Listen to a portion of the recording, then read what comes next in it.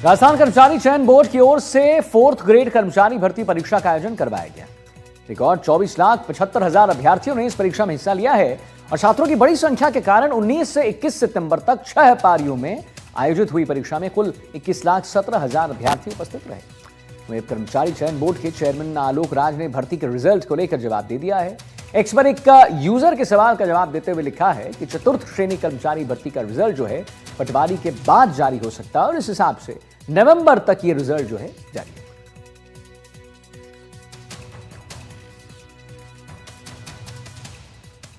प्रधानमंत्री मोदी 25 सितंबर को जो है बांसवाड़ा दौरे पर रहने वाले हैं, जिसकी तैयारियां अब जोरों शोरों से शुरू हो चुकी हैं। प्रशासनिक अधिकारियों की तैयारी और व्यवस्थाओं को दुरुस्त करने के निर्देश भी दिए जा चुके हैं।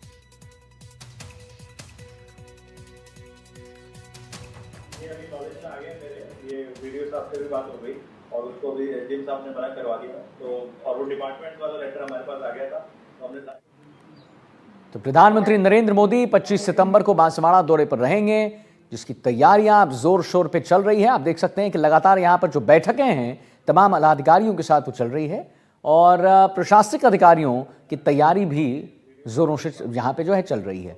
बल्कि इसे व्यवहार और आचरण में भी उतारें, लोगों को उसके बारे में बताएं भी। पूजने का काम करती है हमारी सनातन संस्कृति, गौ माता को माता मानती है। बस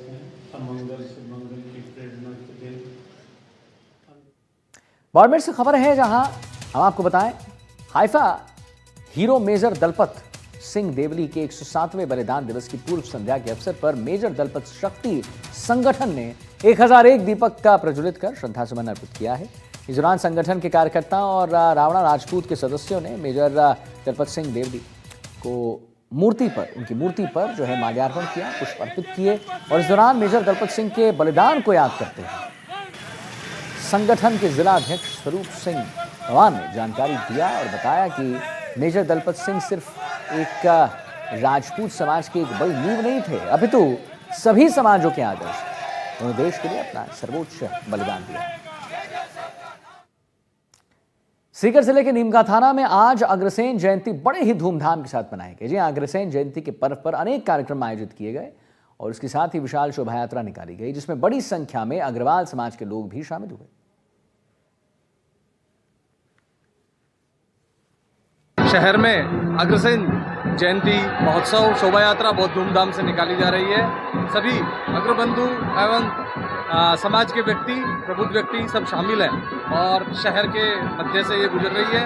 महाराज श्री अग्रसेन जी का जो एक मैसेज था समाजवाद का, वो उसको सब परोपकार तरीके से करते हुए समाज के सभी अग्रबंधु एकत्रित होकर सम्मिलित रूप से शोभा यात्रा का आनंद ले रहे हैं।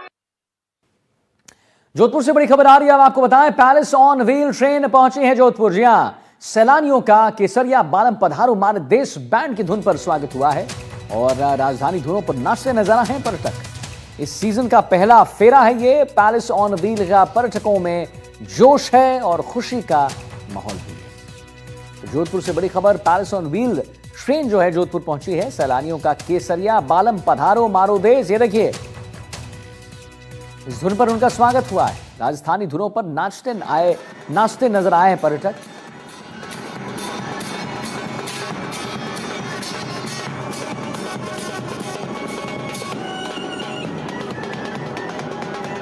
राजसमंद कलेक्टर परिसर में लगे देसी बबूल के पेड़ों पर इन दिनों खासी रौनक नजर आ रही है। आप पूछेंगे क्यों? क्योंकि ये पेड़ इन दिनों सफेद, काले और पीले रंग के रंग बिरंगे पक्षियों की आवाज से बिल्कुल खुशहाल दिखाई दे रहे हैं।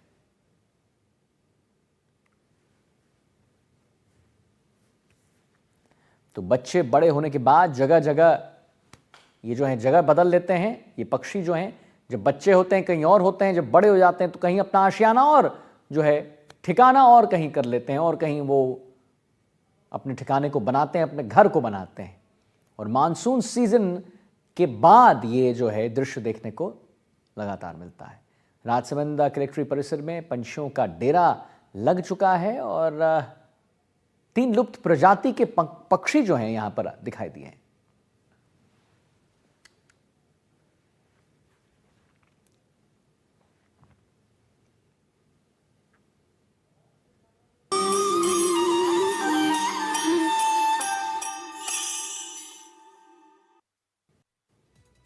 शुभ नवरात्रि पर आप सबका स्वागत करता हूं मैं। कोटा से खबर है, पहले उसके बारे में जान लें। 132वें राष्ट्रीय दशहरे मेले का शुभारंभ हुआ है। दीप प्रज्वलित कर मेले का विधिवत उद्घाटन जो हुआ है, लोकसभा अध्यक्ष ओम बिरला ने उद्घाटन किया है और आसमान में छोड़े गए बैलून्स और मेला समिति अध्यक्ष विवेक राजवंशी समेत जनप्रतिनिधि शहरवासी मौजूद दिखे। तिरंगा थीम पर सजाया गया है दशहरा मेला।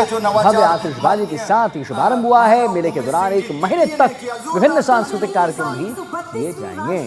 देश भर से मेले में व्यापारी पहुंचे। देखिए, आप देख सकते हैं कि आसमान में कैसे आतिशबाजी चल रही है। मेले का शुभारंभ हो गया है। 1 महीने तक ये मेला चलेगा भी। तमाम यहाँ पर सांस्कृतिक कार्यक्रम देखने को मिलेगा, नृत्य देखने को मिलेगा, संगीत देखने को मिलेगा और पूरा जो वातावरण है वो माँ दुर्गा में